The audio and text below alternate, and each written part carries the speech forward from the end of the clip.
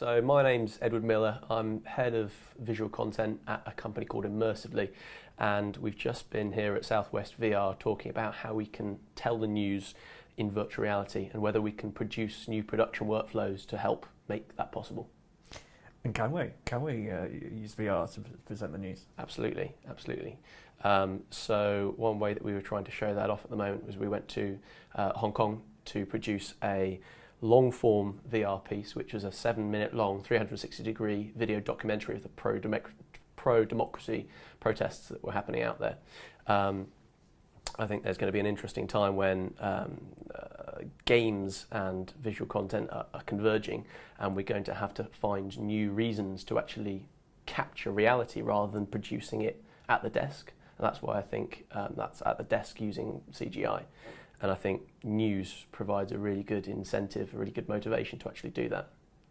I'm sure lots of people have said to this, but news gathering is your consumption of the news is possibly very different to something how your consumption of Game of Thrones would be, for example. So you'd have Sky News on in the background and everything. So how would you argue that people would want to be immersed in the news?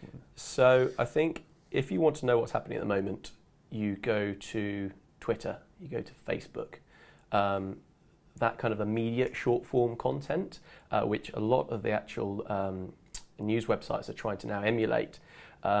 It's always going to be social that's at the forefront of that. So I think a lot of these media companies, at least the forward-thinking ones, like Vice perhaps, are looking more at how they can contribute, which is actually in the long-form pieces that the average user can't do themselves. So with Vice putting out their maybe hour-long documentaries on YouTube is something that the statistics were telling you shouldn't do because that's not what users want.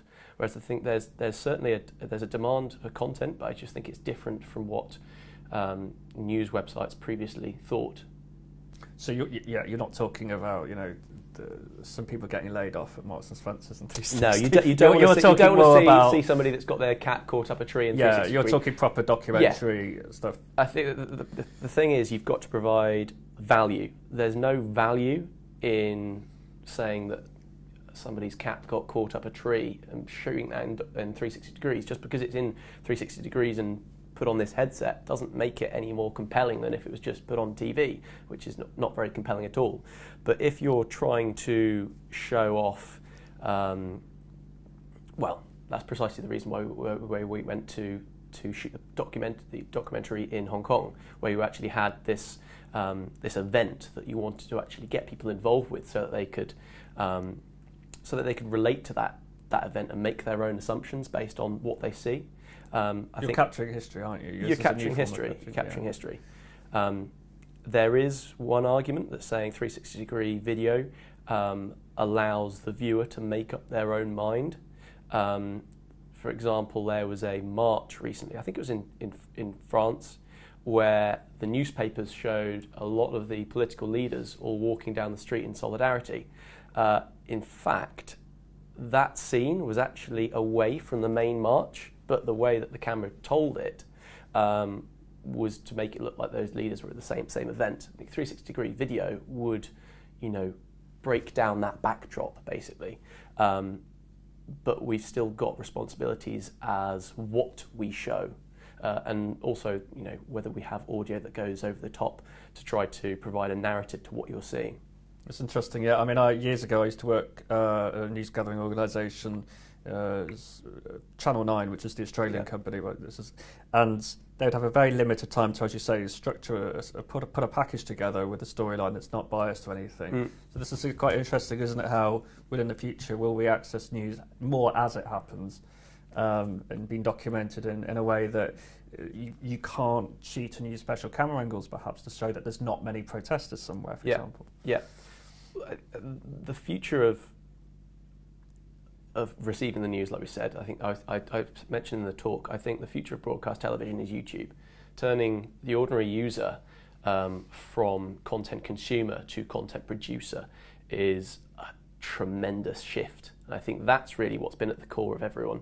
Lots of news networks having to really rethink their position. But content for virtual reality obviously doesn't need to be simply video content.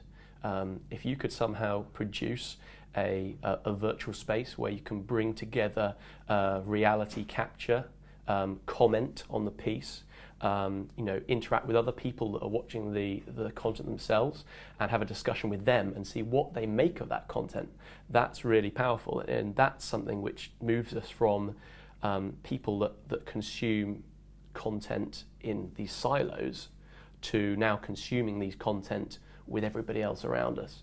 So I think that's going to be incredibly useful, and it's going to converge with video content in the future. So presumably you must be very excited about YouTube's 360 feature they're going to be launching. Absolutely.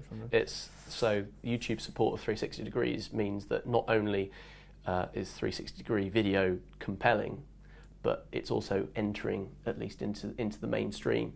The problem is we're going to have a lot of mediocre content out there, and I mentioned in the talk that it seems like we're still at the stage that cinema was when it was first released, where they'd play a clip of a train arriving in a station in France, and it was designed to wow the audience with medium. They all thought they were about to get hit by the train. And with 360 degree content, the first bits of the content that were coming out were kind of similar stuff. How can we produce the most compelling experience? I know I will put a camera on my head whilst I'm going skiing or jump out of a plane. And once you've seen someone jump out of a plane in 360 degree once, it's incredibly compelling. Once you've seen it the 10th time, there's no substance there. You're being amazed at the medium, you're not being amazed at the content. So I think it's going to come down to the content producers, the bloggers, the people with stories to tell, to figure out how to take this new technology and actually make it worth watching. But part of that, though, surely right now, on a consumer point of view, the technology isn't there. So there are now coming onto the market 360 off-the-shelf cameras. Mm-hmm.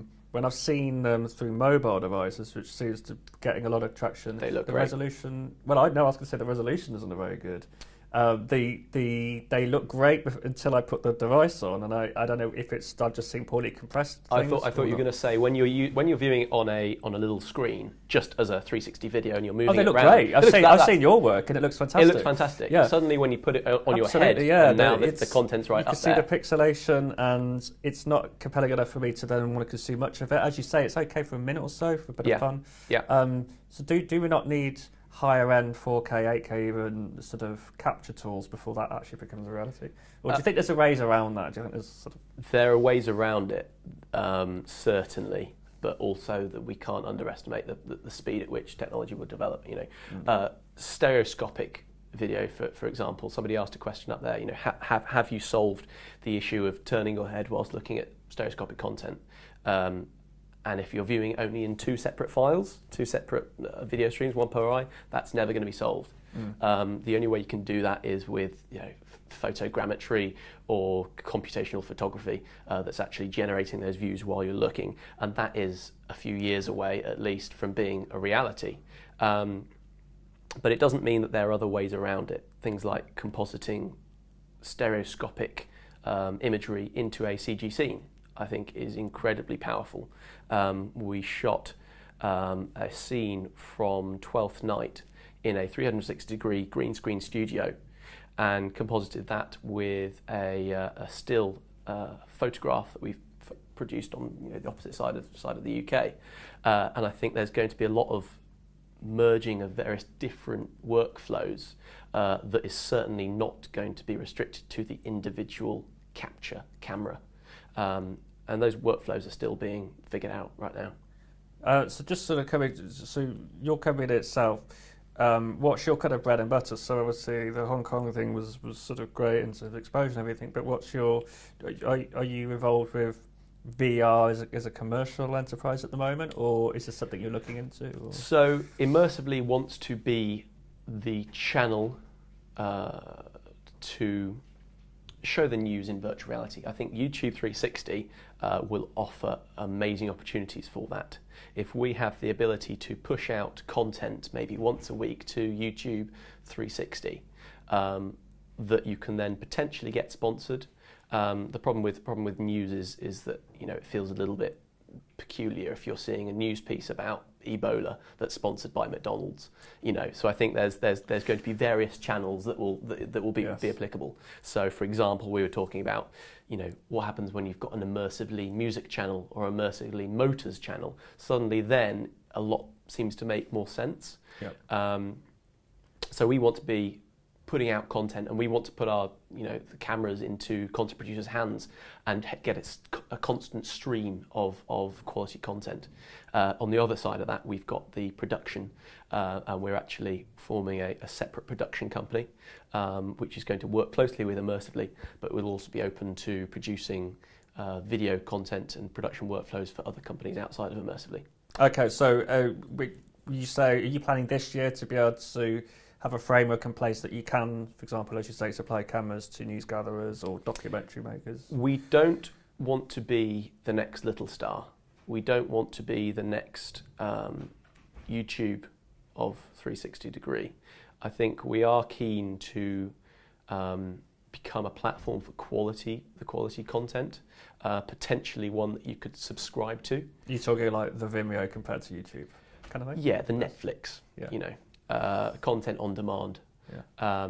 That's an area that we're looking at the moment, and we will be working with content producers, but I won't have any dates on when we might have a platform that will be open to everybody, or whether that might happen at all. Yeah. Okay, my last question is, what's your feedback of SouthWest VR, the very first one?